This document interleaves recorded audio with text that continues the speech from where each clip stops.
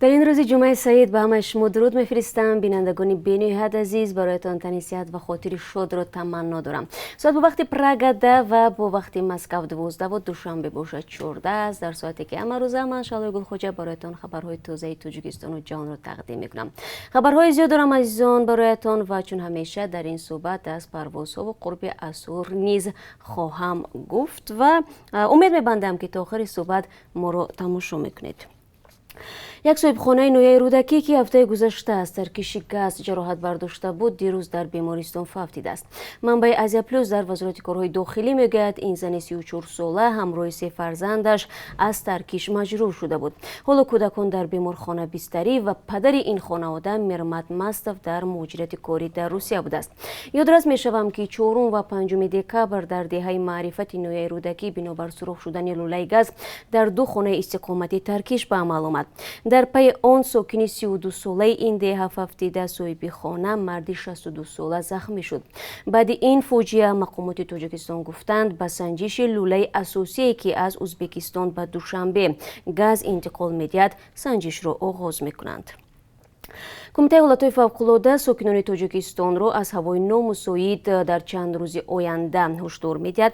کمیته از قول مرکز آب و هواشناسی میگوید که در این چند روز هوا سرد شده، باران و ریزش برف و تومان‌فرایی در نظر است.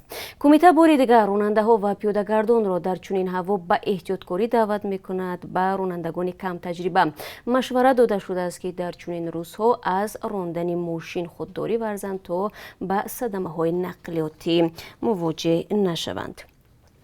در یک گزارش تازه نشر بانک آسیای رشد گفته است مهاجران کاری تاجیک از سوی کاردهندگان استثمار می شوند و از حکومت تاجیکستان دعوت کرده است به تقدیر مهاجرانش بی‌طرف نباشد.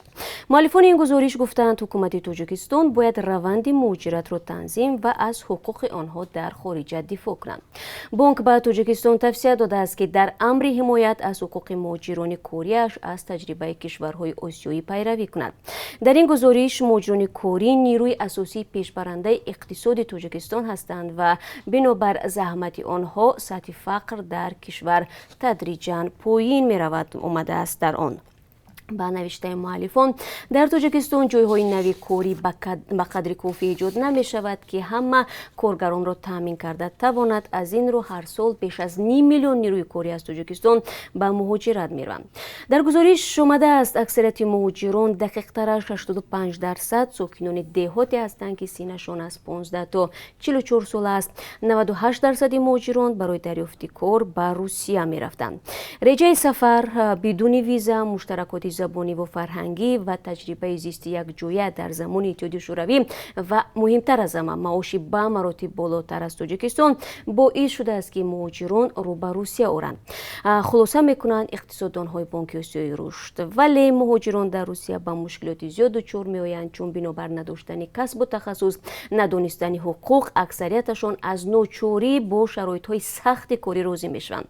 بانک آسیای رشد میگوید کاردهندگان، کارمندان پلیس و گروه‌های جنایت پیشه در روسیه از آسیب پذیری مهاجران سوء استفاده کرده از آنها پول میگیرند. در ادامه آمده است مهاجران بنابر فقیری در شرایط‌های سخت زندگی می‌کنند و برای صرفه پول حاضر هستند در خانه‌های تنگ و تاریک حتی چندین نفر زندگی کنند. بانک آسیای رشد به تاجیکستان توصیه می‌دهد برای حل مشکلات مهاجرانش با مقامات کشورهای مهاجرپذیر همکاری زیچ به راه ماند و همچنین کشورهای نو برای به کار تامین نمودن شهروندانش را پیدا کند. خب چون درباره روسیه صحبت کردیم، سروزیر روسیه میخائیل میشوستین نیوتوی این کشور و منصبداران روس رو برای بالا رفتن نرخ محصولات غذایی سرزنش کرده است. او در جلسه 10 دکبر گفته است که مقامات داخلدار نظارت وضع را از دست دادند و باید برای پایین بردن قیمت آذوقه‌واری فوراً چاره‌اندیشی کنند. میشوستین میگوید این وضع خیلی حساس است، بخصوص در زمانی که درآمد مردم کم شده است. نباید به بالا رفتن نرخ اجازه داد. سروزیر در خطاب به رهبران مرکزهای تجارتی گفته است که با استفاده از وضع ناگوار نباید تنها در فکر فایده خود باشد. ضمن شکایت‌ها از گرانی نرخ محصولات در چند ماه اخیر در تاجیکستان نیز بیشتر شده است. بعضی از ساکنان میگویند در شرایط پاندمی کرونا ویروس درآمدهایشان کم شده، نرخ‌ها در بازارها برعکس بالا رفتند که زورشان به خرید نه همه محصولات میرسد. هفته گذشته در پارلمان موضوع بالاروی نرخ مواد خوراکواری در بازارهای کشور مطرح شده بود. برخی از وکیلان مجلس نمایندگان از رئیس خدمات ضد انحصاری خواسته بودند که مسئله را توضیح بدهد و مقامات تاجیک همواره به تاثیر بیرونی بودن این حالت تاکید میکنند که اکثریت چنین سبب را در کشور نمیپذیرند. کارمندان میلیسیا از تخانه یک ساکن نویه رودکی 173 کیلو گوشت پسیفت را دریافت و مصادره کردند. مقامات انتظامی میگویند عبدالرشید تورایف 56 ساله در شرایط بد سانیتاری با کارکرد کله‌های گاو و گوسفند مشغول بوده است. او این گوشت آماده نموده را به دکان‌های سمبوسه فروشی می‌برده است. نسبت قضیه مذکور کارهای تفتیشاتی ادامه دارد. ایران و افغانستان با روی آهن پیوست شدند. رهبران دو کشور در مراسم گشایشی رو ابراز داشتند که این لایحه برای رشد تجارتی سراسر منطقه کمک خواهد کرد. فعلا روی آهن از منطقه خوف واقع در شمال و شرق ایران تا ولایت غربی هرات افغانستان در مسافه 130 کیلومتر طول کشیده است. ساختمان روی آهن ادامه خواهد کرد تا رسیدن روی آهن به شهر هرات 85 کیلومتر دیگر باقی مانده است. اجرای لایحه خوف هرات در سال 2007 شروع شده است. 75 میلیون دلار سرمایه گذاری آن را در دو طرف مرز ایران برداشت گرفته است.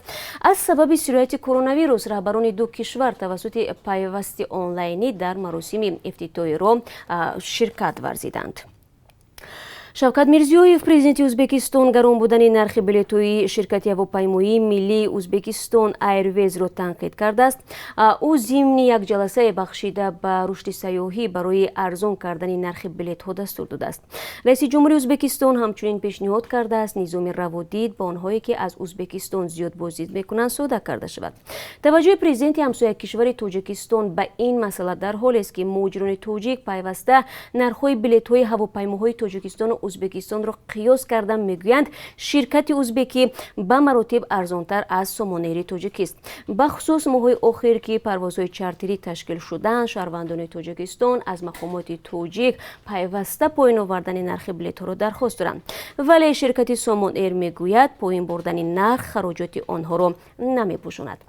فعلا نرخ چیپته از روسیه به تاجیکستان رسما 395 یورو است و مهاجران تاجیک همان گونه که میبینیم مجبور میشوند بازم طریق ازبکستان و قرقیزستان خود را به تاجیکستان برسانند و حتی طریق قزاقستان هم میبینند، چون میگویند بلیط ها به مراتب ارزانتر هستند و همان گونه که امروز یکی از مهاجران مسافر برای ما نوشت دیروز آنها طریق بلیط مسکو و سمرقند به تاجیکستان رفتند و همگی 27,000 روبل روسی مصرف کردند که 25,000 روسی پولی بلیط بوده است و 2,000 روبل روسی پولی صرف آنها توسط اتوبوس تا به مرز رسیدند.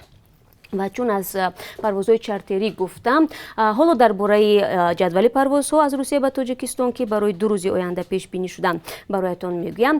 طبق جدول هماهنگ شده بین مقامات تاجیک و روس، روزهای شنبه و یک شنبه توسط شرکت سامان ایر نو پرواز غیر نقشه‌ای برای انتقال مسافران عملی میگردد. به همین ترتیب روز 12 دکبر 3 پرواز از مسکو و 1 پرواز از کراسنویارسک به دوشنبه صورت میگیرد. روز 13 دکبر باشد 5 پرواز تعرضی شده است.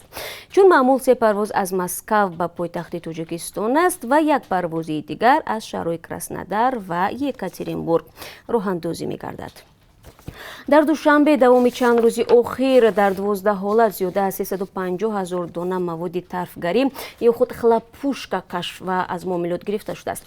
واردات و فروش خلپوشکا در تاجیکستان هنوز از آغاز سالهای 2000 منع کرده شد، اما برای فروش و برای استفاده چنین مواد هنوز هم سوداگران تلاش میکنند، هرچند برای این کار قانونگذاری تاجیکستان مجازات را تعیین کرده است.